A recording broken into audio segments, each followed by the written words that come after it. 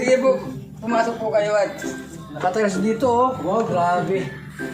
Congrats. Hello mga langga, mga ka-FW natin dyan, mga friendster natin kung saan man kayo sulok ng mundo naroroon. Sana ay nasa mabuti kayong kalagayan mapagpapala. Ngayon mga langga ay magbibigay tayo ng latest update dito nga sa bahay ni Kuya Berne kung saan nga ay magkakating ribbon na nga sa wakas, diba? Ito yata yung pinakamaganda at pinakamalaki na bahay na pinagawa ni Kuya Val Santos sa lahat ng kanyang pabahay program. Akala natin yung pinakamaganda na bahay ay yung kay Ate Maylin. Pero ito talaga yung pinakamaganda at napakaganda ng kulay. Pinaghirapan talaga ng maayos to at ginastusan ng malaki. Una-una nga dito galing to sa pera talaga ni Kuya Val Santos Matubang yung pinag-umpisa sa bahay nito ni Kuya Berne hanggang sa nagbigay na ngayong grupo ni Sir July Punil na sila yung nagpatapos ng bahay ni Kuya Berne. Sila yung naging sponsors sa bahay ni Kuya Berne at sila RP Max Vlog, yung kanilang mga grupo. Sila yung ambag-ambag dito at tumulong para makatapos yung bahay ni Kuya Berne. Kitang-kita naman natin na napakaganda at nakapaganda tingnan sa mata yung kulay. Katulad ng pintura nila Lola Damiana, napakaganda tingnan, napakaaliwalas kasi nga malayo ka pa makikita mo na yung ganda ng view ng bahay ni Kuya Berne. Napakaganda, 2 kwarto talaga at may sariling CR sa loob, 'di ba? Napakaganda at syempre napakahusay ng karpintero. Shout out to Supermac na siya talaga yung inaasahan ni Kuya Val Santos Matubang. Alam naman natin kung sino sa Supermac sa buhay ni Ma'am Edna at ni Kuya Val Santos Matubang kasi nga pamangkin to ni Ma'am Edna, kaya tiwalang-tiwala dito si Kuya Val Santos Matubang at hindi lang yan ay galing to talaga si Supermac sa malaking kumpanya na nagtatrabaho doon sa Maynila, kaya gamay na gamay niya na kung paano gumawa ng pasikot-sikot ng bahay, lalong-lalo na dito kay Kuya Berne. Napakaganda tingnan at napakahusay, napakalinis tingnan talaga ng bahay ni Kuya Berne. Kaya magkakating ribbon na nga sila at kumpleto na rin sa gamit. Napakaganda ng tiles, ang kinis, ang super shine talaga at napakaganda ng kulay. Ito mga langga, panuorin natin kung gaano kaganda yung bahay ni Kuya Berne. Ha? Sige po, pumasok po kayo at nakatiras dito oh. Wow, grabe. Congrats. Yung mga kalingap. Bahay ni Berne oh. Wow! Ganda na po ang bahay ha. Oh, ito. Sila po yan, double po yan. Ha? Double po ito. Oh. Okay na po. Ito yung ating kamang binili po mga kalingap. Wow! Yan po yung kama po natin binili. At yung kutson po. Tapos ito pa yung Durabox po nila. Ngayon pag may bisita pwede itong gamitin. Yan na po mga kalingap. Pati itaas po naka-white na. Tayo. Kabila yan, may kutson dito. Para po sa mga bata po ito mga kalingap ha.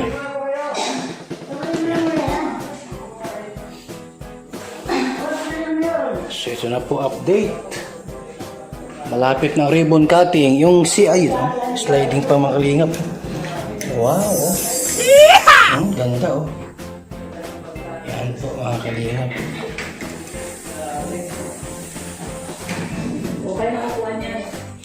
Tayo mga kaibigan. So ito na po yung kanyang mga platuhan po na binili natin. Oops. Okay na Berne, bahay mo? Ha? Mabili pa ko ng supra. Para pag ribbon cutting, tuloy-tuloy na tayo. Yahoo! Yan po mga kalingap. Okay na ito. So yan na po mga gamit niya sa bahay po. Nagbili ako nito.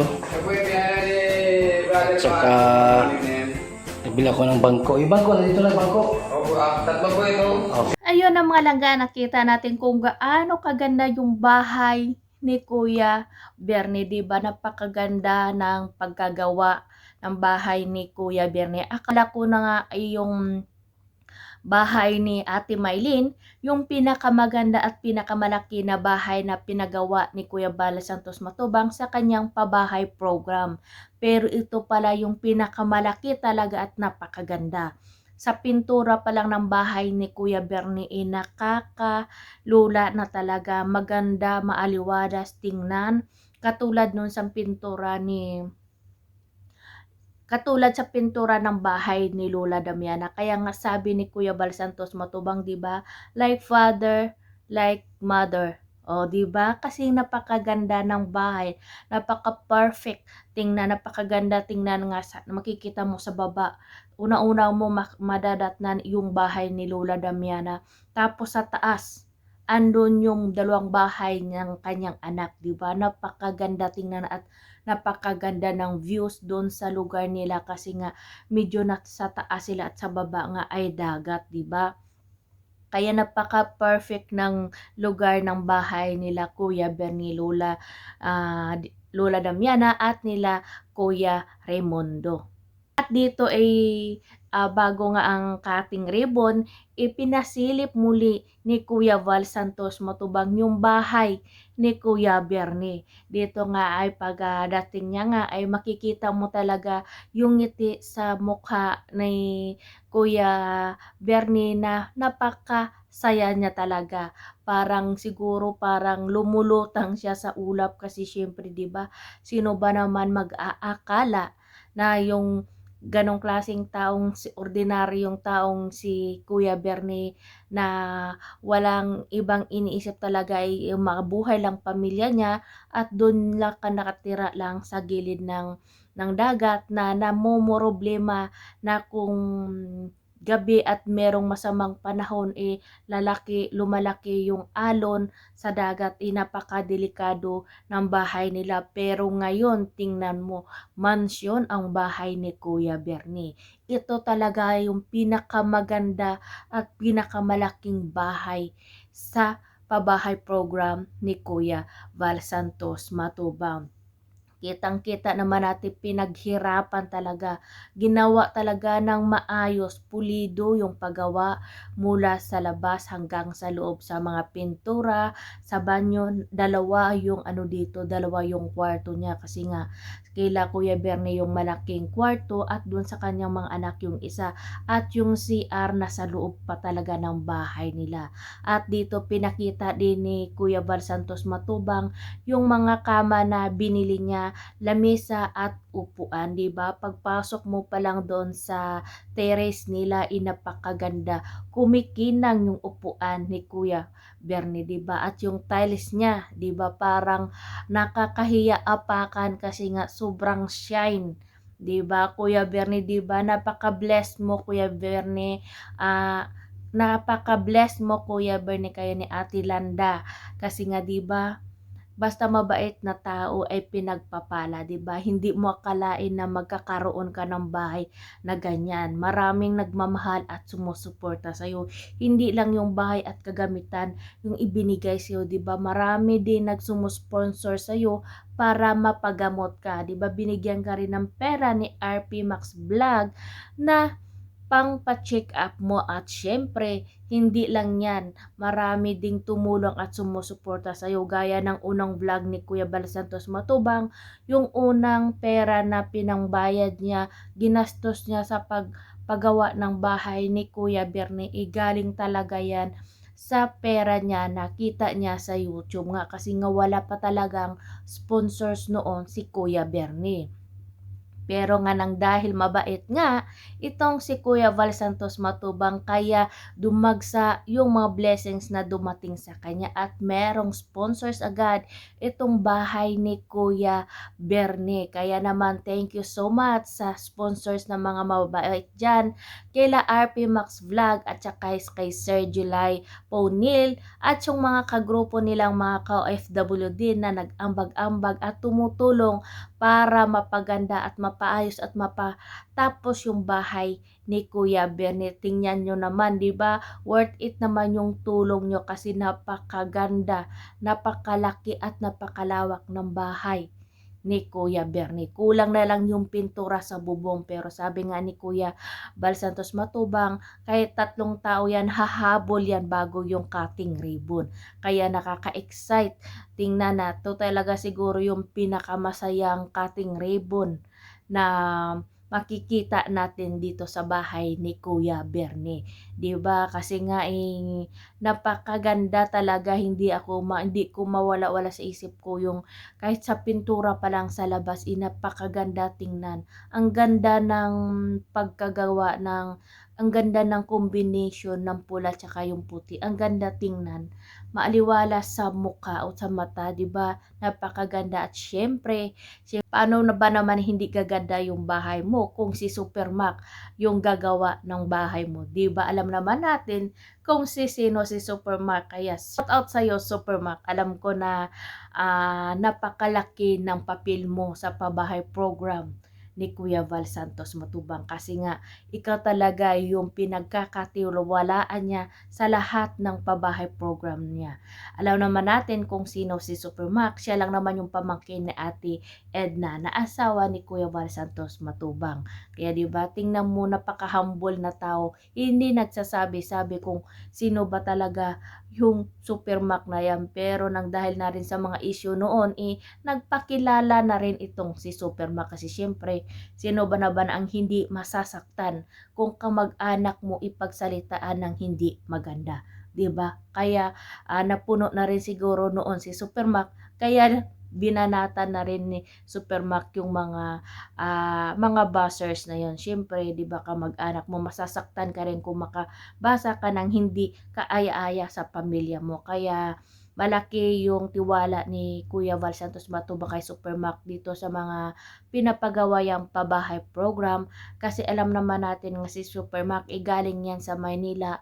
Malaki yung kumpanya na pinagtatrabuhan niya doon sa pabahay din, mga bahay din, mga building din. Gaya gamay na gamay yan ni Super Mac. Alam na alam niya kung ano yung tamang gawin niya sa bahay na yan. Kaya napakaganda ng resulta. Kaya thank you, Super Mac. Alam namin na pagod ka na rin kasi nga gaya nga ng sabi mo sa vlog mo, minsan nga ay nag-overtime pa kayo. At syempre, pag tuloy-tuloy yung trabaho nyo talaga, walang pahinga, napakasakit sa katawan yan, di ba? Kasi nga walang pahinga pero hindi nyo yan iniinda. Kahit na nagsumasahod kayo pero okay lang. Yung importante sa inyo gusto nyo ring makatulong sa mga taong nangangailangan at para mapabilis din ang pagpagawa ng bahay. Kaya saludo ako sa inyong nagtatrabaho sa bahay ni Kuya Bernie. Hindi lang dyan sa pabahay program talaga ni Kuya Val Santos Matubang. Hindi lang to si Kuya Val Santos Matubang yung nagbibigay ng pabahay program. Meron din yan yung kapatid ni Bina. Kinuha niya rin yan para magkaroon ng trabaho din. Yung mga tao dyan sa mga at yung mga kapitbahay ni Kuya Bernie na wala ding trabaho, binigyan din ni Kuya Val Santos Matubang ng trabaho. Kahit yun nga yung anak ni Kuya Bernie na nagtatrabaho dun sa bahay niya, hindi na nga dapat yan bigyan ng sweldo, pero binibigyan pa talaga ni Kuya Val Santos Matubang. Siyempre nagtatrabaho din, kita nyo yan. Diyan yung makikita na napakabait ni Kuya Val Santos Matubang. Hindi siya naghihintay ng anumang kapalit sa kanyang tinutulong sa kapwa niya. Kahit na kahit napagod na siya, umulan, uminit man, pero hindi siya nagrereklamo. Yung gusto niya lang talaga tumulong sa mga taong nangangailangan. Kaya napaka-blessed ng mga taong natulungan ni Kuya Val Santos Matubang at ni Kalinga Prab, kasi nga hindi lang yan isang beses na tinutulungan nila. Yung tulong na binibigay ni Kuya Val Santos Matubang pang lifetime yan. Hanggat kaya ni Kuya Val Santos Matubang, kahit hanggat meron siyang itutulong ay tutulong at tutulong siya. Yung iba 'di ba binibigyan niya ng pangkabuhayan, kahit nabigyan niya ng pangkabuhayan, binabalik-balikan talaga yan o chine-check nila yan at para makita nila kung kamusta na yung pangkabuhayan na ibinigay sa kanila.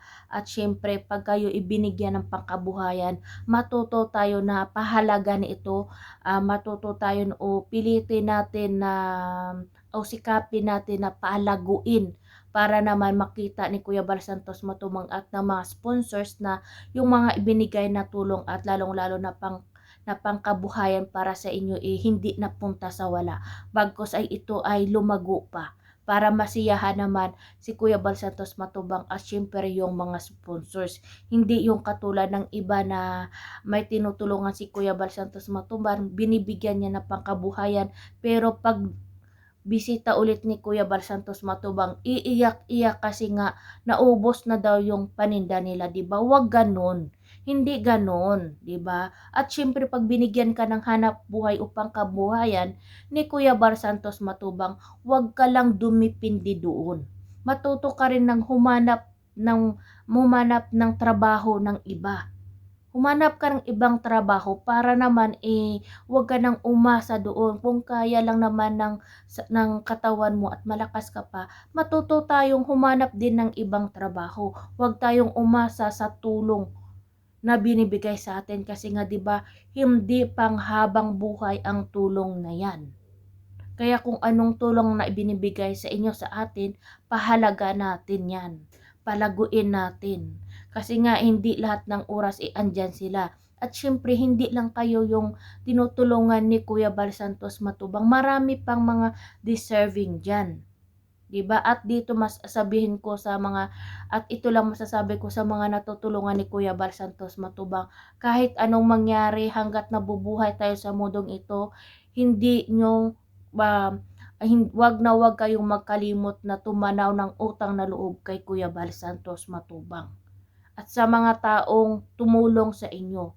Kasi nga kung hindi dahil sa kanila, hindi nyo natanggap o hindi nyo makamit kung anong meron kayo ngayon.